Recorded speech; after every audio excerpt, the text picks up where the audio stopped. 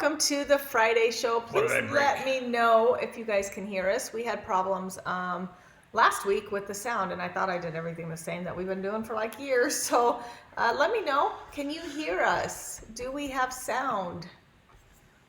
Good morning, Lori. Can you hear us? I can't hear any of them. We must not have sound. I know. It's not a two-way. It's not a Zoom meeting. Zoom. Yeah, just waiting here. Sorry, making sure you guys can hear us, that we're not having technical sound issues. Oh, perfect. Yay, great. Okay, awesome. See, I told you I'd fix it. No, it's because you're here. Because I'm here. I fixed it. Look like we're way over on this side. Yeah. And we haven't been live together for probably 2 months, I think. It's been a long time. I've had to run some reruns. Sorry. Jenna and I did it last week. It's just been, you've been working. Can you believe it took that long to work out all the divorce? Whatever. That's what you're going to tell people? Yeah. You're going to get people all, you're going to start planting rumors. People are going to start going, God, she finally figured it out. Finally getting rid of him. That's not the case. He was just working overtime. He wanted to buy motorcycles for the kids, and so he's working. And she said I had to pay for it myself. Well, kind of. What? I'm like, good. I'm glad you're going to work overtime and pay for those. That's exactly right. Yeah. So there you go. All right. Today we're going to talk about, we're going to answer your questions. So go ahead and start throwing those out there. We're here to answer your questions about dogs, about marriage, about motorcycles. Don't ask us about marriage. Just kidding. Or do. What the hell? Yeah, what the hell. And then, but first we're going to talk about the new process of how to buy a puppy from us. So don't mess this up, because then if it all goes well, then I can just cut that part and put it on the website. So we're explaining the new process. I'm being lazy. Then we can just, I don't have to do it twice. I don't have to do a separate video explaining how the heck you buy a puppy, how the list system works, because we did change it after 10 years. So I know it's been, it's a little uncomfortable. Change is always a little uncomfortable. Repeat clients coming back knowing the system are like, what the, gosh, honey, seriously. I'll get it. I don't understand how this works. Lands on your forehead. Okay. Nobody likes change. So I shouldn't say that. Did but you just high-five me? Get that bug. Did you get it for real? It's yeah, flying right in totally front of my face. Ugh. All right. Oh, look, I totally got it. Okay. Did you for real? For real. Let me see. Well, I mean, you can't now. Oh, there's the smear. Yeah, see? That's not from the bug. You're just telling me that, so I think that it's gone, and it's not. Okay. The placebo effect. Yeah, well, as long as it doesn't fly in my face again, I'm fine, whatever it takes. So, okay, so here we go. Let's explain the new process. So starting July... Wait, is this when you want me to not mess it up? Yes, because then I'm ready now. Then we can use it so then people want to know how the new list system works. I'm probably going to have to film a different one, aren't I? Why? Oh, because you're going to mess it up. All right. I don't mess up. It will take me 500 takes anyway. Team Jeanette, that's right. What? Good morning, Mom. There's my mama. Oh, Mary Kay's on. Good. I'll definitely get a Team Matt then. No, you won't. You better not, Mom. Yes, you will. No, it's Team Jeanette. Team J for Team Jeanette and Jenna. Team J, you can't. Yeah. No, stop. You can't team up with. Jenna and I could be one. We're both Team J. Fine, then I get our son on my team. Team M. So, Team Matthew. All right. Okay. The new list system here at 4E Kennels, that's what we're going to talk about. How do you buy a puppy? It used to be you paid your deposit and you chose 2 lists to be on. So I'm going to explain why we changed it. So you would actually pick the mom and the dad. So the lists were all up online. With a reservation fee, you would choose the 2 lists you wanted to be on. It was great. There was lots of things I loved about it. Clients loved it. It was all very open and transparent, and everybody could see exactly what was up and coming. The problem is people got lost on those lists. If they were stuck on a list and then the mom didn't go into heat, we had a failed pregnancy. Well, of course, I emailed them when we tried to get you back on other lists. But in the meantime, other people that paid a deposit 6 months later chose their list, and that dog produced for another one. So because of timing and the amount of clients we have now, it is much easier that we go to a master list. So okay, so here's where I'm going to start my video, okay? Because I was just explaining how it goes. I know you're being so good. I know. So now I'm just giving you a heads up. Now you're going to start? Yeah, here we go. So starting... Wait, now? Yes. Here we go. Well, okay. Let me get through this. Okay. Okay. Okay. Ready, set. Yeah. Okay, 3, 2, all right, on your mark. Oh my gosh. Okay, go. Starting July 1st of 2020, 4E Kennels has gone to a different list system. Now when you pay your reservation fee, you choose a master list, not a list of a specific parent. So you have to know what you want. Do you want, first of all, you have to choose your size. What size do you want? Do you want a mini, a Moyen, or a standard? Moyen is medium. Knock it off. Okay. Moyen is 40 to 50 pounds. Our minis are 20 to 30, and our standards are 50 pounds plus. I did that out of order. So we have mini, Moyen, and standard. So you have to decide that. Then the next thing you have to decide is the generation. So how much poodle and golden retriever do you want infused together? If you want it 50-50, the true hybrid vigor, 50% golden retriever, 50% poodle, that's an F1. So then you choose F1, and then the size. Standard, Moyen, mini. So we offer 3 sizes of the same generation. Then we also offer F1B, which means we've taken an F1 already, a 50-50, and back crossed it. So it's first generation back cross, that's the B, to the poodle. Again, those puppies are technically genetically 75% poodle. Now you'll be on a master list for what you select, which means you'll be placed based on the order of reservation fee received, and or if you changed your mind and wanted to slide over to a different master list, then it goes by the date of your change. What this does then is when we have a breeding, so let's just say for the sake of ease, you chose F1 standard, that's your master list. You are number 15. You paid your deposit and the next available spot was number 15. When we have the next F1 standard litter, once we confirm pregnancy at 30 days gestation, we do an ultrasound. Then we go to the master list and let people know this is what's up and coming. Here's the mom, here's the dad, here's the health scores, here's the pictures, here's what puppies could potentially look like. Does this timing work for you? Because then we'll give you the estimated go home date. You can say yes or no, and if you say yes, you'll slide over. You always maintain your spot on the master list until you take home a puppy. So you keep that spot. What were they, 15? Yeah, you they were keep 15, that 15th spot until you take home a puppy. So you may not get the follow the next litter because we don't put 15 people on a list. We generally do 8 to 10. But if there's any change throughout that time on that litter and people change their mind as we go through the 8 weeks or 9 weeks or 10 weeks, when it gets to you, you'll be notified in order of the master list. So let's say you didn't get a puppy from that litter, the next litter, and let's say there were 10 puppies, so 10 people pulled off. The next litter comes, I always take 1 and 2. You would be then, help me with my math here, you'd be 7th spot on the next litter if you decided to take a puppy from that litter. If you're waiting for a specific mom or a specific color, then you just decline and you keep your spot, and as people above you take home puppies, you keep moving up the master list as well. So that is our new master list system. Nobody will get left behind. You will get notified when there is availability depending on where you are on the master list. You keep that spot until you take home a puppy, and you never move down the master list. So as people above you are taking home puppies, you just continue to move up that master list. So I'm super excited about this process.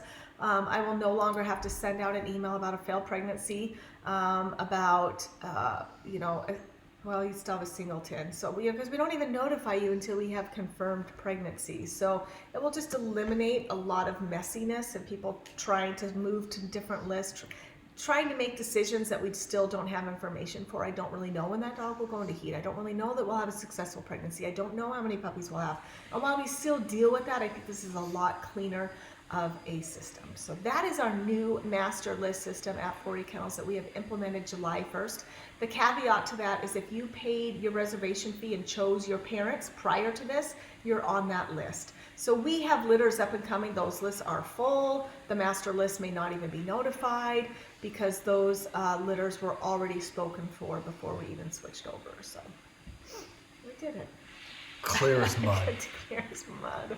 I totally know what you were just talking about. Absolutely. All right. Where's our questions? We have none. Are we done? We're done. All That right. was it. All right, everybody. If you have any questions Thanks about the for- master list system too, of course, email us or text or ask now.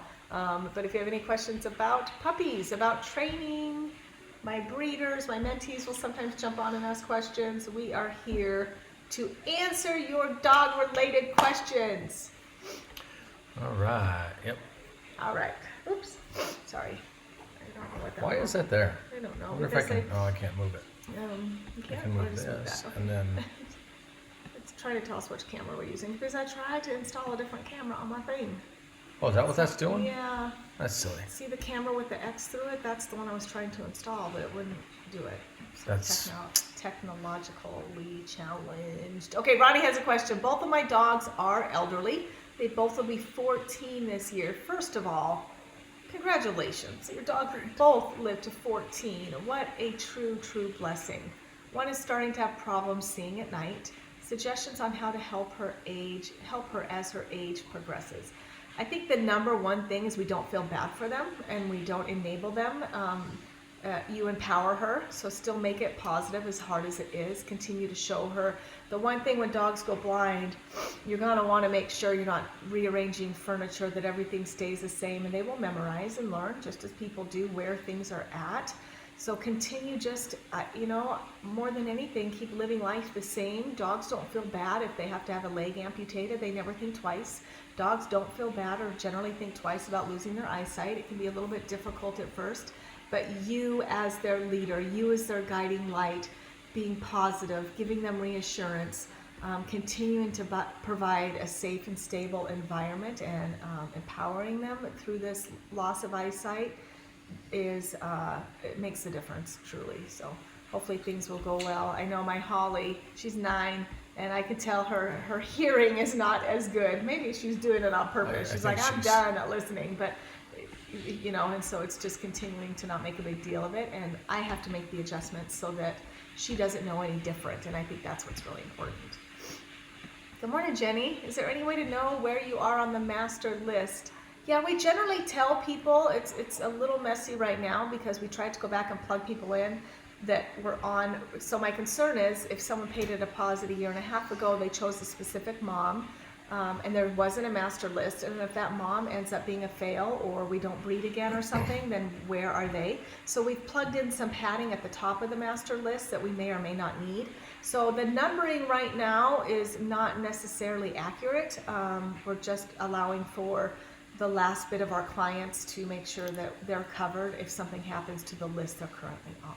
But we can definitely give you an idea of where you're at or where you're sitting right now, but know that it probably is a lot worse than where you really will be, because we padded a little bit to try to take care of our clients that didn't choose a master list. They chose a litter. As a general rule, if someone pays a deposit, is there a way they can just keep track of movement of the master list and on their own? Ideally, the master list will be on the website. We're going to get there so that it will, again, be that very open, transparent, where am I at, so that people can start to gauge. But let me tell you that the only problem I have with that is this has happened twice now. Twice. We have a year wait list for F1 Mini, right? So a litter came last minute. We had last minute availability on a puppy, an F1 Mini, and an F1B. We did this on both of the mini lists recently. I ended up exhausting the entire year wait list, getting down to the bottom, where even this last Saturday, someone took home a puppy that had just contacted us. I went through everybody that had paid a reservation fee and the timing wasn't right, or they're waiting for a specific puppy, they didn't want a puppy last minute. So it's crazy that even if I say, hey, the wait might be a year, it could be for the clients that just took home a puppy last Saturday. The wait was not at all. Like, they contacted me and a puppy ended up being available, and I went in order of people contacting.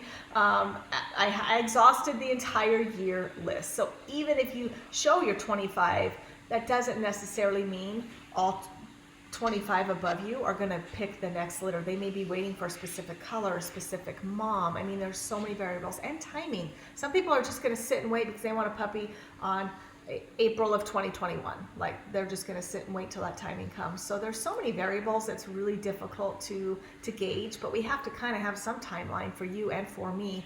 And we just assume that people are going to go in order, but that's not going to be. That's not all the case. We just exhausted a whole year list twice in a row for our minis. Not a year wait. It was literally a week wait or less. Not that will happen, but funny things happen with that master list. How much is the deposit? Rose, it's actually a reservation fee, and it's applied towards your puppy. It's non-refundable, and it is $500, and that will place you on the master list. If you want to join a wait list for free, you can do that at 4ekennels.com. click on Reserve My Puppy, or even I believe on the homepage, you sign up for an email list, and when we have an available puppy, we'll mass send that out to anybody that's expressed interest. Hey, if you have a newly available puppy, let me know. We'll send that out first. Then thirdly, we'll actually go to the public, which we haven't had to do in a really long time. I have over 800 people on my email list just waiting for me to email. Of course, they're still shopping, I'm sure, and sometimes they pick up a puppy before then, but we do have a thick list of, we call it, that's our wait list. They're just waiting to be notified, and they can make a decision or unsubscribe at any time. So it's super easy. But it doesn't even go to that list very often either. I haven't had an email out for that in a long time. The last mini, they hadn't paid the reservation fee, but we were right in the talks of that. The master list was being filled out. We were literally right in we were communicating about it. So it wasn't that I bypassed the wait list either. They were in the process of paying anyway. All right, what's a Moyen puppy mix? Moyen is size. In Europe, it means medium. That's all. So small, medium, large, that's what we offer. Instead of saying small, medium, large, we say mini, Moyen, and standard. I don't know why it has to be so complicated. It really doesn't have to be. Small, medium, large. Our minis average 20 to 30. They're really staying in the 20s. Our Moyens average 40 to 50. Those are our mediums, medium and Moyen, 40 to 50 pounds. And our standards are 50 pounds plus. So those are our 3 sizes. It always reminds me of McDonald's, small, medium, large. And super size. We don't have super size. Super size. Good morning, Kim. Yeah, it's not all the same price. Yeah, we're working. I know Kim's been waiting for a Healing Hearts puppy. Are you still having a giveaway for a service dog? We still have several to fulfill for our grant. We are still working through applications. There's lots of questions that I always have and lots to consider. And we have 2 dogs in training now, and we're just waiting. The one's still pretty young, to really identify what, because I picked them without a person in mind. So we're waiting for the dog to really tell us, what would you really excel at? What are you really gonna love? And then we'll start fine tuning and training that dog specifically for a person. So some of it's just the wait. I know that's tough. Thank you for hanging in there, Kimberly. We love your story. We love you. Thank you for hanging in there and being patient. Fortunately, like we were saying at the last giveaway, I just want to be Oprah and be like, everybody in the audience gets a dog. I just would love all my applications. I could just send out, everybody gets a dog. I wish I could do that. I can't quite yet. I need more grants and funding. If you're willing to donate to our Healing Hearts Foundation, let me know. We can hook you up. It is a tax deductible. Easy for you to say. I know. Help me. Tax deductible. It's a write-off. It's a write-off. So let me know if you need a little write-off before tax season. I have a good place you can donate to. Our Healing Hearts charity. Right? Yeah. Jeez. All right. Man. Robert, we chose the Irish Doodle. Do you breed an Irish setter, male or female? Oh, we chose an Irish Doodle. Do you breed with the Irish setter, male or female? Oh, our Irish setters are females. So all of my males are poodles or F1 doodles. So I don't have any male Irish setters or male Irish doodles. The mamas have the Irish in them.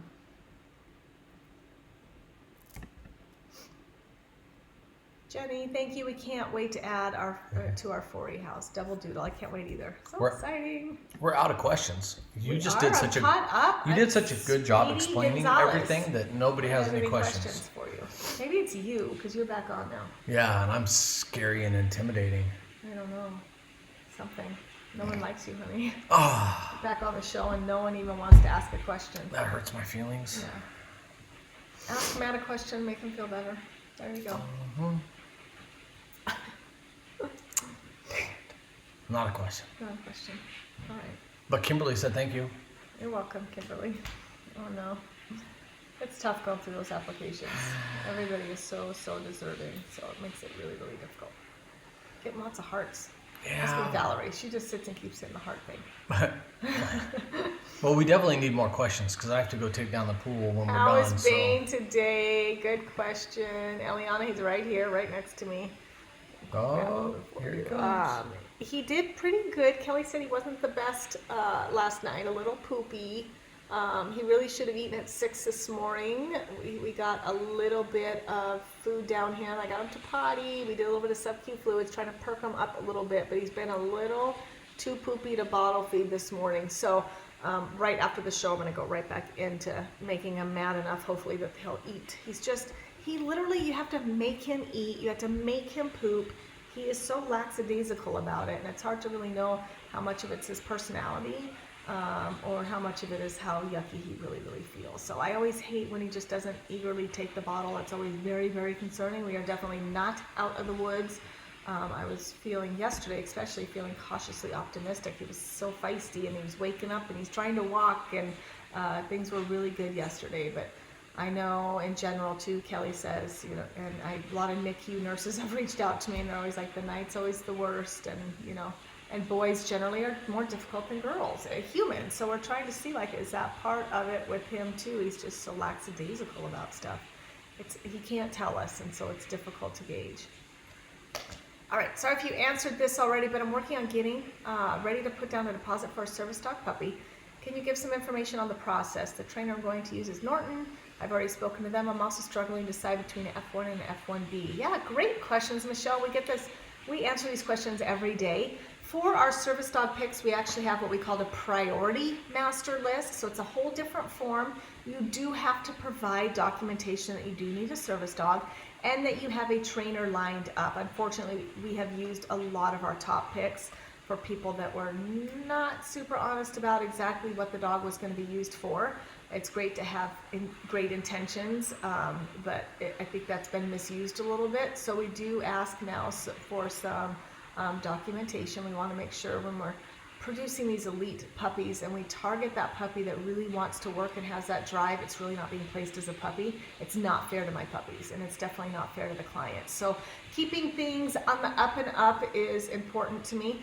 As far as F1 and F1B, really it's up to you what you love. Overall, I prefer the F1 for service dog work, but F1Bs can and are great service dogs as well. I just think we sometimes have less options in a litter. They are a little more poodly. They can be a little more stubborn, a little more attached to one person specifically more deeply, which is fine for service dog work. But most of it's personal preference. Honestly, if you want the poodle coat and you're worried about shedding or allergies and do the F1B, we have fantastic F1Bs in our program. So, and then for the priority master list, we always look at that first. I pull the first 2 spots of every litter, and then we offer that second spot right away to people when they up and come, and we verify that litter. So, for example, the last example we gave, if the F1 litter came up, you would be notified that you would be available to have spot 2 if it was available. So we are plugging you in on a top pick spot to ensure we get the right puppy for the type of service dog you need. The other thing too, not for Michelle, but for everybody else, then we always want to know what tasks do you want trained, because a lot of it's just lack of education. It's not even your fault that you think you need a service dog, or you're calling it a service dog but you really need a therapy dog, or you're calling it a therapy dog but you really mean an ESA, which is just kind of a glorified pet. But we still need to look at specific drives and temperament to match them correctly. If a dog is truly being used as an ESA, I think that's a term that people are misusing as well, but when it's really, really needed, a very, very specific puppy needs to be selected. An ESA is an emotional support animal, so it's those that have high anxiety generally, depression. That you don't need a dog specifically to be trained for a task. So let's say we need a dog for someone who's a cutter, who cuts. We can train the dog that when they see this motion, that they interrupt and stop that behavior. If they see the banging of the head or that motion, they can stop that behavior. Now that becomes a service dog because we're training a specific task. If you just have high anxiety and you want a dog that helps counteract that, that's an emotional support animal, and I still have to choose a puppy for anxiety. That can actually be a little bit tricky of a selection, and I think a lot of breeders haven't been able to match this correctly. The problem is people with anxiety, I'm getting off track, but this is so important. People with anxiety, because a lot of us I have anxiety, a lot of us have anxiety. We tend to be drawn to the very tender-hearted, submissive, sweet puppies that melt into our soul, and we feel like they can feel us, and we have this connection right here when we hold them. Initially, when you pick out a puppy, we are all very drawn to those soft puppies. The problem is those soft puppies feel your anxiety more deeply, they feel responsible for your anxiety, and they become anxious too. So now we have an anxious person and an anxious dog, and everything we've tried to accomplish doesn't work. We actually need a puppy that's not as tender-hearted, that will help you get out of the house, help you continue functioning, not sit there and fall apart because you are. So those are sometimes, you've been a part of this at Go Home, those are some difficult discussions with people when I say, how much do you really need help? Because if you do, you can't pick this puppy because you both will be anxious as hell stuck at home. I think the goal is, you've come to me, the goal is that you have a dog to help you through this anxiety or help you through the depression. This puppy won't be as affected by that and will help you get out and keep moving and do what you want to do. So there's so much to that, and this is why I found such a need to help other breeders teach them how to correctly evaluate a puppy, so that we look at these really important traits that are not being looked at. And so people go to pick up a dog with high anxiety and they pick up that squishy, lovely, tender-hearted, soft puppy, and it doesn't work out because now they have an anxious dog, which then makes them more anxious, which makes the puppy more anxious, and you have a mess. All right, Robert, if you are number 10 on a wait list with 8 puppies and all puppies are taken, where do the 2 waitlisters go? Top of the next list. Yes, you'd be number 3 or 4. I always take 1 and 2. So 1 and 2 are off the table. The highest you'll be placed is 3. Now, if I don't use 1 or 2, sometimes I don't use either spots, then you're first pick. So, but I do hold those to the last possible moment, waiting to see. I keep a lot of my own puppies to potentially be moms and dads in my program, and for priority picks, service dogs, therapy dogs, facility dogs, ESAs, that sort of thing. So absolutely, that's what I love about the master list system, that right there. Before, you'd have to start all over on a list. That's why we were placing you on 2, so that you wouldn't get stuck at the bottom. You were placed accordingly on the second litter. But now here's what would happen. What about that second litter you were on? Then you didn't get a puppy, or we had a failed pregnancy. Those were the clients that were getting lost in the system. So you keep your spot on that master list, and then you would be notified next in line for the next litter. You can decide to take that spot or not. You don't lose your spot on the master list. The master list is a revolving list. It never goes away. No, you're not removed until you take home a puppy. Right. Good questions. It is a really good system. It's just, change is tough. It's tough for me too, because I've always loved people just to pick their mama, and there you go. But people were getting lost in the system. Sorry, just joined. I'm on the F1 Moyen master list. Do I just wait for an email of a spot on a litter list? Yeah, Jennifer, our Moyen list, our master list is over 60 right now, so it is a huge list.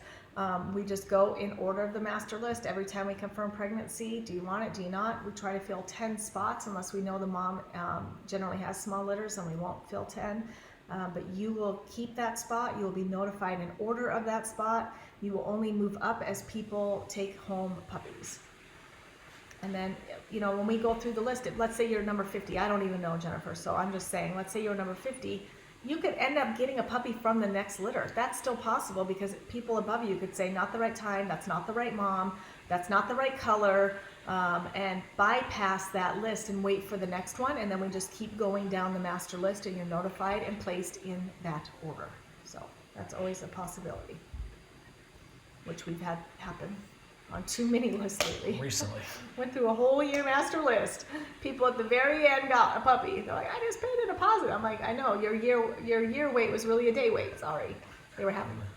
All right, how do you know the size of the litter in advance? Mini, Moyen, standard. We don't, Kathleen. So there's still a lot. There's still a lot of things that we have to rely on Mother Nature and wait for things to happen. Then even if we have 10 puppies at birth, doesn't mean we'll have 10 puppies at Go Home Day, unfortunately, as well. So there's always that variable of not knowing. We are dealing with the miracle of life and Mother Nature, and I have to let some of that go with love. I'm a little of a control freak, and I love to know things. I was waiting, and you didn't even say anything. I like to know things ahead of time. That was very difficult for me in the beginning of being a breeder, to let that go with love and just know that it's out of my control regardless. We can do an x-ray and show we have 10 puppies. That doesn't mean 10 are alive at birth. We can have the x-ray say we have 10 puppies, have 10 puppies delivered. It doesn't mean I'll have 10 puppies at go home day either. So that's why we don't let people select until after vet visits, till we make sure there's no heart murmurs, there's no health issues, the puppy made it through the 8 weeks. And then evaluations come out. It's so important to me that both of those are done before our clients pick. And then we have a lot of out-of-state clients, so they can fly in, drive in on the day they go home and select the same day as well. So you're given a 30-minute time slot, you come in, you select your puppy, you take them home. Vet clearance is done, evaluation's done. You have all of that information prior to coming in and taking home your puppy. It's really a beautiful system. It's honoring our puppies. It's honoring you, making sure you get what you want. There's several traits in a puppy that are stable, which means they will always be that way. And when we see that at 7.5, 8 weeks old, I'm able to give you that information. Hey, this puppy's high energy. This puppy's assertive. This puppy lacks confidence. You're going to continue to see that throughout their life. Is this the kind of puppy you want? So in my plight, my mission to honor our puppies and honor our clients and make that match magical, we have to know that information before you select. I got off on track again. We were just talking about. No, but you got to say plight again. I know, but then I was like, I don't know if it's really the right time to use it. But you have to use it every time. Plight, that word, P-L-I-G-H-T. We were sitting out one night with friends out on the patio, and I was sitting there writing a social media post, and Matt's so used to me every once in a while. I'm like, okay, define plight, define this. Did I use the right word? Did I say it the right way? Just needing that confirmation, like fact check me, help me.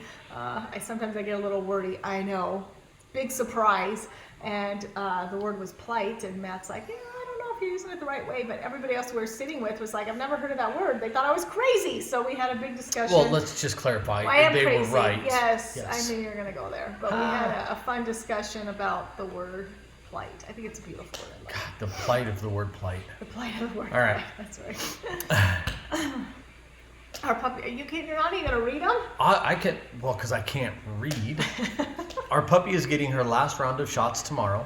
How long should we wait until taking her outside and around other dogs? I would wait a week after that last set of vaccines to really make sure that vaccine is taken hold. And I would still be very careful about highly populated dog areas. I would still never take my dog ever or puppy to a dog park. We can't control the environment, and all it takes is one attack to set your dog back, and then you have to do a lot of remedial training.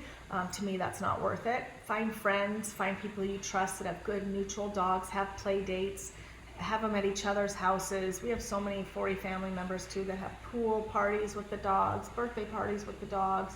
So as much as we can control the environment to ensure the safety of our dog is best.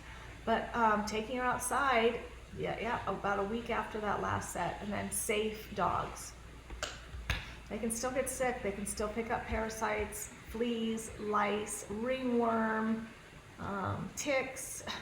They can still pick up things from other dogs. So you take them to a dog park, that's basically like a preschool, or you know what, I always think of it too, it's like the McDonald's playgrounds where kids are peeing in the balls and everything stinks and is dirty.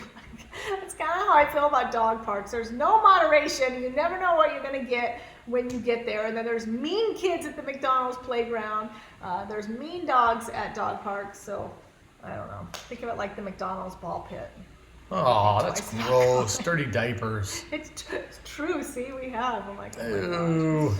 Oh, Jennifer, if you pass on a list due to whatever reason, do you still keep your spot on the master list? Absolutely. That's the beauty of this system. You can pass till you get the female you want, the color you want, the timing you want. And so that happens a lot. So I was explaining earlier, even if you're 50 on the master list, it doesn't mean you won't get a puppy from the next litter, because we have no idea the people above you what they want. Well, I have some idea, but we will make notes on there, like wants Winnie as a mom, but we will still offer you the next list available. Like you just have to keep telling us no till Winnie is the litter for you. So, and color, some really want the dark red, some want a black puppy. So you can pass all day long. You keep that spot on the master list until you take home a puppy, and we just keep offering you list after list. If you're up higher, you'll get every email. If you're down lower, you got to wait for people to pick puppies and take them home. You may not get emails for a little while. What documentation do you require to be placed on the service dog priority list? Good job, good question, Shelby. Shelby's another one of my Healing Heart applicants, one of my originals, an OG. She's looking for a diabetic alert dog. Yeah, just medical. I don't need any specifics.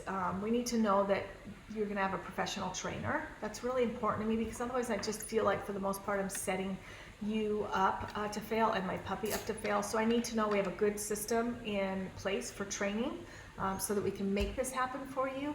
And then and just a letter from your doctor, something it doesn't have to be super personal. I'm not out to get personal information, but that you do indeed, in fact, need a service dog. It's good to add the tasks, and I That think you that's want on your. trained I too. think that's It on is. your application. It is on the application. What you want tasks? the dog So trained yours for. is easy, and a So it can diabetic be- alert dog, like that one's easy. But when we have people coming for a school facility dog, I do require or ask a letter from the administration saying that they can have the dog there at school. It seems so simple, but that's happened. So that we have everything set up and in place, and we're ready to do this. We're ready to move forward. So, but if you have any questions or anything, of course you can let us know. And Good morning, Bernice. Good morning. Give Smedley our love. oh, here you go.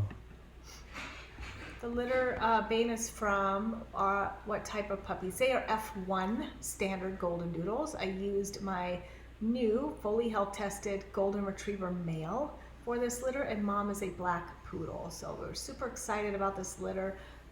They've been phenomenal so far, but of course we had that issue of diarrhea.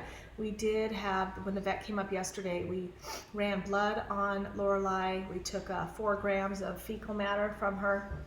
We are going to run everything possible we can think of, checking for any weird bacteria like Crisposporidium, E. coli, Salmonella. We took some blood work. I want to do everything I can to figure out why. When anything's abnormal, with the amount of puppies we do have, the fact that this litter was taken down by diarrhea, something is in mom's gut that was passed to the milk, that was passed to the puppies, that put them in a fight for their life. So just trying to figure that out. We're doing everything we can. There's always lots of decisions to be made. Will I breed her again? You know, if I can't get answers, that's something the weight I carry, the burden of being an ethical, responsible breeder is I may not breed her again. You know, if I can't have answers, and I'm potentially looking at putting future puppies in the same position. So anyway, off track again. God, way to go all deep with it, man. I know, but this is the reality. What a bummer. For me, I need to know why. I don't like not understanding why, and unfortunately, We're still married. yeah. You'll never understand it. I'll never understand what I was thinking. I'm still grappling with what the heck I was thinking. Oh, I love you, honey.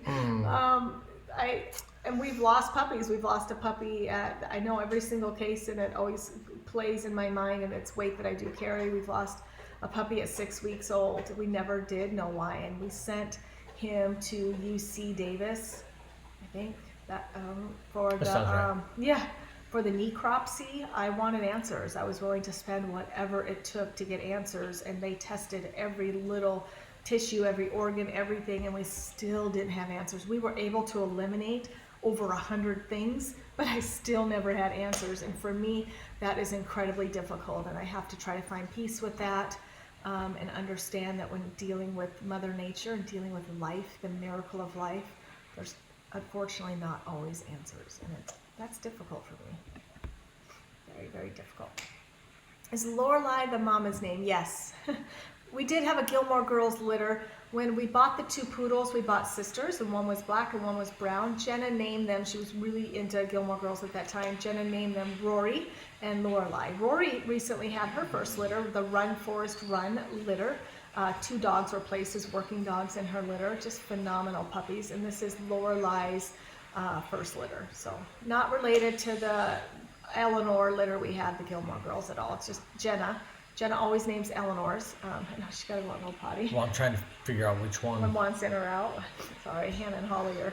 We have a baby gate up because of the puppy we're raising. And so poor Hannah and Holly, I always forget about them, that I have to remember to let them in or out. God love them. I'm a terrible dog mom. So I have one behind the gate and one on our side of the gate, and they're whining, and we're like, is it because they're separated? Is it, which they generally, Is it because Holly wants in or Hannah has to go out? Oh, they're both laying down, my poor girls. Going deep Phrasing. is why you're an amazing breeder. Thank you, Julie. You're so bad. I appreciate you, Julie, even if we have dirty minds. Good grief. Okay, so I'm gonna shady. Yeah, this You're is so this is shady, but I'm gonna do something here real quick because you got people talking to each other, and I love it. I think it's that's awesome. good, yeah. As long as they're talking nice to each other. Well, no guarantees there. Okay, so we commented on this one, Okay, yes, the master list. and then you said why she was on the list, or why she did an application. And then, oh no, I forgot I can't do it that way. You have to pull it. Follow diabetic bird dog applicant here too. Yes, they're both Healing Hearts applicants. Both have amazing videos for both of them. So I gotta pull this over. And then, Pretty proud of yourself. I know. Taking a lot of time here. Stand by. Intermission. Matt is playing with comments. They're all just talking to each other. Oh, I know. And they're both Healing Hearts applicants as well. Kayana, I hope I said that right. She's the video I showed you with her daughter. Oh yeah. Yeah, that I just love. Oh my gosh. I love your daughter. I just love her. What is she called? I even wrote it down. The people changers help me out. She said people that change the world, people that make things happen. You guys call them, difference makers? What was it? I wrote it down and had it on my desk for a while. I just loved it. Very inspiring, very touching story. Incredible daughter. You truly, truly have an incredible daughter, which speaks volumes to you as a mother, truly. So, will you ever be doing golden retriever litters? Sherry, good question. I actually am using Amelia. The reason why I bought Luke, I bought my own sire so I could health test and temperament test myself to have a golden retriever litter to carry on some of my favorite lines. And so I've not been quiet about it. I'm very much a golden retriever girl. I had two growing up. Everything about the golden retriever absolutely makes me happy. So I love my goldies in the program, love having my F1 litters where it's the true hybrid vigor, the F1, the 50% poodle, 50% golden retriever. Anyway, we do have one scheduled, Amelia's last litter. She came, I bought her as a trio, her and two sisters. That has been Audrey, Amelia, Adeline, three sisters that passed all of their health testing that have been with us and have produced incredible, I have to go count between those three sisters, the service dogs and working dogs they have produced alone. I am hoping Amelia gives me three girls that I love, that I will continue trying. I'm what's the word? Nostalgic. Awesome. Oh. No, dang it, I lost it. Honey, help me. Forgetful. Yes, that too. About keeping the three girls. Now I bought three girls. Now I want to keep three girls. I don't know. Not like sensitive, but I love like tradition, and I don't know the right word. Someone help me. Yes, Goofy, thank you. But sentimental. I'm very sentimental because I kept three and I love that. I want to try to keep three from Amelia so we can carry on this sediment of the three sisters, not the dirt. It's nice to keep a little dirt with some rock and little fun fact, my Holly, 4E's Holly that lives with me, my heart dog, that's in the house now with me, is a sister also. I got her first and loved her. She's an F1 though. She's a golden doodle. So she has a different dad than Audrey, Adeline, and Amelia. And I loved her so much. I called the breeder. I'm like, I don't know what you did, but I need more of it. She goes, actually, they're purebred golden retrievers though. Is that okay? And I'm like, oh my gosh. Send them. Yes, send them. I bought two initially, Adeline and Audrey. And I couldn't buy three. I didn't have the money, I don't think. And I thought that's a lot. What if they failed the health testing? We were just, really kind of getting started. And she contacted me later and said, I'm going through divorce. I need to find this dog a home. Oh my gosh, twist my arm. Okay, I'll take her. So Amelia was a bonus.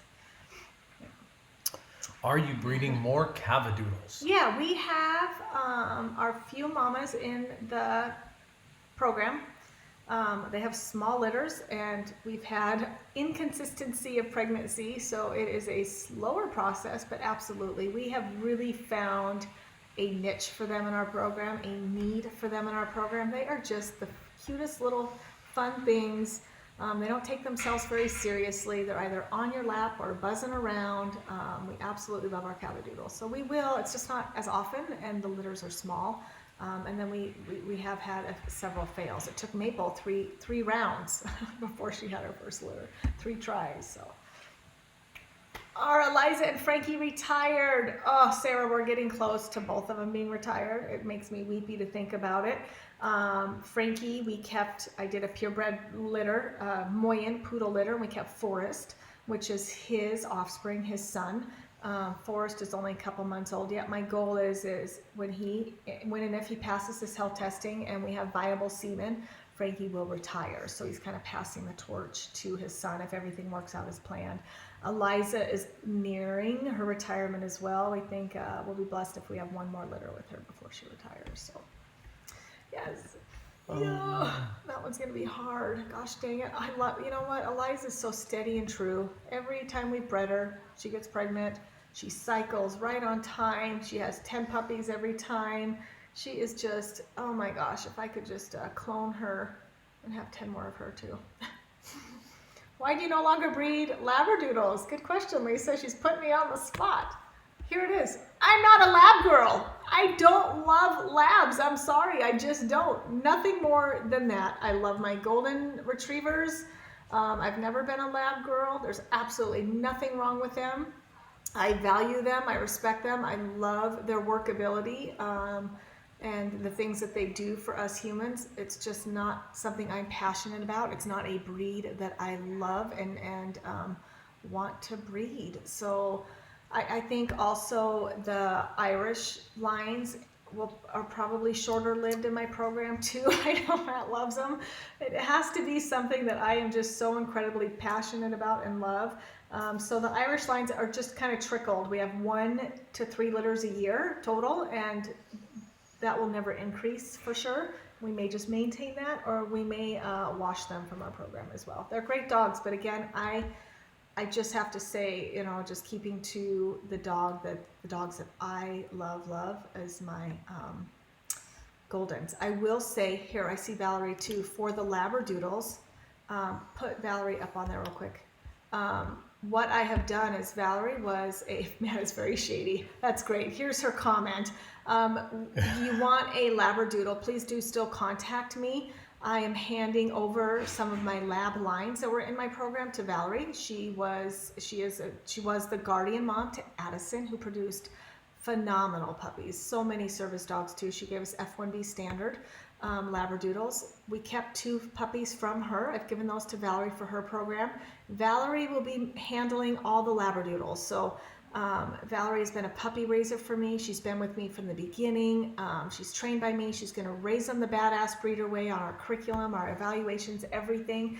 So all of our Labradoodle requests will be going to Valerie. And at this time, she's using our sires as well. So she'll be using, we can't use Nasser because that's the daddy to her puppies, but we'll be using our other sires too for her and her program. I finally had to kick Valerie out. That's what I had to do. She was working with and for me, and I finally kicked her out and said, Valerie, you are ready. Start your own program. Do the Labradoodles. And she did. We love you, Valerie. Thank you. So there's your Labradoodles. You'll be getting them from Valerie. She's got a website up. Valerie, go ahead and put your website on here too. But of course, contact me and we'll hook you up. She'll be having puppies hopefully in 4 months, ready to go home. So if you're looking for a Labradoodle, that's where you will go. Ronnie, someday I want a Cavadoodle because of the size. What are the typical health concerns? Yes, so here's the deal. Oh, I know we love fish and Archer. Okay, here's the deal, Ronnie. I'm always honest and real here. Cavaliers are not the healthiest. That's been a big concern about them. Breeders are really trying to preserve the lines. The problem is, I believe it was after World War I. I'm really bad at history. World War II, I don't know, one of them. If you look at the history too online, you'll find exactly when. But they were decimated, eradicated, except for 8. There were only 8 Cavaliers left, and the problem is there were heart issues in those 8. So we are still working with an incredibly small genetic pool. They are inbred, their coefficient of inbreeding is high, and we continue to see heart issues. It is almost 100% realistic that all Cavaliers will have some sort of health issues in their life. Even if they don't, it's usually heart murmurs. Or did I say eye? No. Oh, heart, yeah, You heart just said issues. health, but Sorry, heart They issues. will all have. Your purebred Cavaliers will have heart issues. So what And we... it's terminal. No, not always. Yeah, it is. Oh, I thought they'd have By this, the time this they're 10 slight... years old, but Oh, their they're lifespan 10. is 12, and they can go 5 years, but after it develops, Yeah. before it causes them significant Issues, yeah. in quality of life. So your dog could easily die of old age before the heart issue does right, take so effect. So you could be fine. You could be But fine. they will all have it. So what we do, though, part of our health testing is we do an echocardiogram with a specialist to keep watch of our mama's hearts, making sure that while we're breeding them, they're healthy, but also knowing that at some point all Cavaliers have heart issues. Doesn't necessarily mean that's what they'll die of. If they live long enough, at some point they'll develop a slight heart murmur. It could just be that. So that's the concern with the Cavaliers. 50% of Cavaliers, yeah, by the time they're 4 years old. Yeah, it's insane. Now we're doing hybrid breeding. We are really hoping to reduce those odds by them being half, 50% genetic toy poodle. So in this regard, we're hoping that it's a true hybrid vigor, that we're actually making them healthier. You're not getting a purebred Cavalier, but I love the poodle infusion and what they do for us. They do add some intelligence to the Cavalier, a little bit of drive.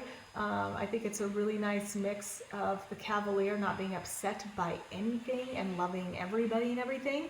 Then you infuse that toy poodle who is highly alert, can be love to be watchdogs, so they'll bark at things that they don't know about. You're not getting a yappy Cavalier. Toy poodles can be, and that just really deep innate ability to attach to humans and read their emotions. So I think it's been, like I said, we started real slow. I need to feel things out. I need to raise them myself. I need to see what they do with and for their humans before I decide to keep them long term. And at this point, I have been really, really happy. My clients have been really, really happy with their Cavadoodles. Our first ones are over a year old, and we even have one that's a diabetic alert dog. Not that I recommend them for service dog work. I don't. We did do this one. But not recommended. It's just not honoring them. So. There we go, Valerie, there. You want a Labradoodle, contact Valerie. That's where you get your Labradoodles from. Yeah, Bipsy'sDoodles.com. Love it. That was a nickname her daddy gave her, so I love the meaning behind her new business name. Very sentimental. That's that word. It wasn't coming to me. Sentimental. All right, this is fun. We've hashed through a lot of stuff. I'm like sharing my share all. Everybody's asking good questions. I started raising puppies in 2002. I study continually and always love to learn. Do you think your breeder curriculum could still be helpful to me as far as learning? Julie, it's totally up to you. We offer free classes. You can just sign up. You can watch them whenever it's convenient for you. I record them and put them in a place that you can access. Again, it's free, so it's totally up to you. I don't know if you bought my book. That might give you an idea. For $35, it could be life-changing. I have mentored, I say mentored, but I've had a lot of really established breeders buy the book, take my classes, and I've gotten some really positive feedback from them as far as feeling some of these things, but never having the validation, and then in the way that you're raising puppies, you weren't ever able to articulate it, and now it was, and so it gave them that toolbox to be able to now really articulate what they're doing, why they're doing it, why their puppies are different and more special, truly, based on the first hands and heart that love and hold them. So totally up to you, though. Let me know. You can email me, and I can send you information on the classes, and then I can send you a link to the book as well. And do the digital. Well, a lot of them are doing both if you really want a book in your hands, but most of the book is forms, so that what's beneficial about the digital copy is that you download it and save it, and then you can print those forms. Like there's one whole appendix that we print all of those forms for every litter, because that's the form documentation, the litter documentation that we use that helps you raise a litter from start to finish. You'll be more, truly, I believe in just alone, my Care and Curriculum calendar is life-changing. Stuff you're already doing, but to have it all organized, a calendar to tell you what to do, you initial things off, you can track health, you keep those records, so then you're like, man, I dealt with Giardia with this litter. Before you have her litter again, you go back through those records and be like, oh, she had a hard time weaning. Oh, we dealt with Giardia. Oh, like you have all of this so that your care is consistent. I think is really important for our dogs as well. For sure. Okay, sorry. No, that was really good though, because you've been doing it since 2002, so you probably do a lot of things really, really well. You might be able to pick up a thing or two, and maybe not, but can't hurt, right? You will. You'll pick stuff up for sure. And Let's see. join our group. We have a private Facebook group too, so your knowledge and your experience would be really, really welcoming. So please email me, Julie, 4ekennels@gmail.com, and let's get you all set up and get you in our private group as well. We would love your knowledge and experience. That's something that's lacking. If you're willing, our tribe is all about sharing to make each other better, supporting each other, encouraging each other. We're not hiding information. We're not being catty and judgmental. We're truly all there to build each other up, fix each other's crowns, and be badass together. Truly change the stigma of breeding and rise together in all of our standards. So we're on a mission together, and I think that's been incredibly helpful too, of having this community. Well, nobody knows everything. I'm learning stuff every day. Well, I had to reach out to one of the gals that does rescue. She raises orphan puppies left and right, like it's second nature to her. She reached out to me and I sent her a book for her rescue group. She's like, I actually have a mom that can raise these puppies. What do I do? And I had reached out to her about Bay, and I'm like, okay, give me what you would do, And so it's just, it's a great community. It is, and part of what Jeanette wants is to make it okay to be a breeder. No one, that stigma. The stigma of that career is so negative that I even noticed you've been, here I'm going to bring this back up. You've been raising puppies since 2002. So do you just raise puppies that you get somewhere, or are you a breeder? I'm afraid to say the word breeder. That's my point. And this group. Yeah. Are you avoiding that word on purpose? Take a good look at that. You probably are, because we get nailed. A big part of this is to say, hey, I'm a breeder. I do a really good job at what I do, and I'm proud of it. I am a professional. I am healing hearts and changing lives, and I am here to stand in my own space and say, damn it, I am a breeder, and not be ashamed of that. Be very proud of that. And we have been missing that key component, which for our well-being, our health too, it's tough to be kind of shrouded with such judgment, not only from the public, but from other breeders. They are the worst. And then from animal activists too. So no matter what, we're getting it. That a girl, Julie. No matter what, we're getting it from everywhere. And dang it, it is time we stand up and say, this is a profession. This is something that should be valued. We should be valuing responsible and ethical breeders to keep our lines healthy, to make sure our dogs are well cared for, to make sure our puppies are honored. They have not had that voice, and it's time that we are that voice. So that is our mission, absolutely. Speaking of voice, did you start to lose yours? I know, yeah. Too much talking. Ooh. Alex, I'm definitely interested in continuing education in your classes if you offer Beyond the Breeder. Yeah, we have a whole 5-week class, 2 hours each class, just on puppy evaluations. So I would definitely recommend that. That has also been life-changing for breeders. Like, come in our group and read people saying, this is the first litter I've raised on these evaluations, and I cannot believe the difference, the communication with the client feedback. For the first time breeders, well-established breeders, raising them based on my philosophy, my curriculum, and the change. People that have been raising their puppies on puppy culture for years and kind of infusing the both, because there's great things about puppy culture too, and I appreciate that they've given breeders a curriculum to follow, but there's still a lot missing. There's still a lot lacking. And so kind of building those two together in your program, finding your mission, finding your focus, finding your voice, taking your pain and turning it into power and passion to truly help others is what we are about. So it's just as much about your journey in this as it is about your puppies, because we need you. You are their first heart, their first hands, to love and guide these puppies and empower them to be the best they can be. So it's just as much about us as it about them, so that we can make this, make your program so beneficial for all. We can't help other people if we're struggling. And so being very clear about your mission and your focus, and keeping all the noise out of the judgment is really, really important. So that's something that we're always focusing on, which is difficult when no matter what. Mandy, there you go. Mandy's one of my breeders. I love you, Mandy. Yes, the change is coming. That is right. We are going to be every day a growing force of breeders. Good morning, Tay. Where's my hashtag? Where's Sarah? Good morning. Where's my You didn't hashtag? get your hashtag, Team Matt. What? Because it's Team Jeanette now. No, I'm gone for. What's not I'm gone for said- a couple of shows. What's not said is just as important as what Oh, you it's said. coming. Nope. Okay, Nope. We'll see. Tay's in my corner. I got this. Oh, man. Boom. Dang it. I was just hoping he wasn't watching and wasn't paying attention. Oh, he's always paying Man. attention. My man, right there. All right. Ooh. Oh, boy. I got to feed baby Bane. Let's see. Any Yeah, last yeah. questions real quick? Fish Nope. is watching too. All right. Little fish food. We're all caught up. Puppy, puppy. There you Now you're go. just You're trying to mess welcome, with 'em. Jen. No problem. Imprinting at its finest. All right, I'm Jeanette with 4E Kennels. Thank you for being on this. There's Sarah, another one of my girl, one of our badass breeders. Man, we're all over the place, honey. You are in trouble. Thank you for being on this mission with us, changing breeding from bad to badass. Our dogs deserve it. It's time they get a voice.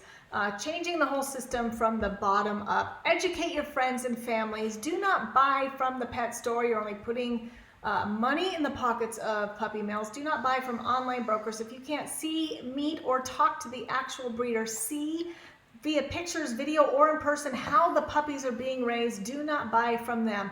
Look at reviews. Look at their health guarantee warranty.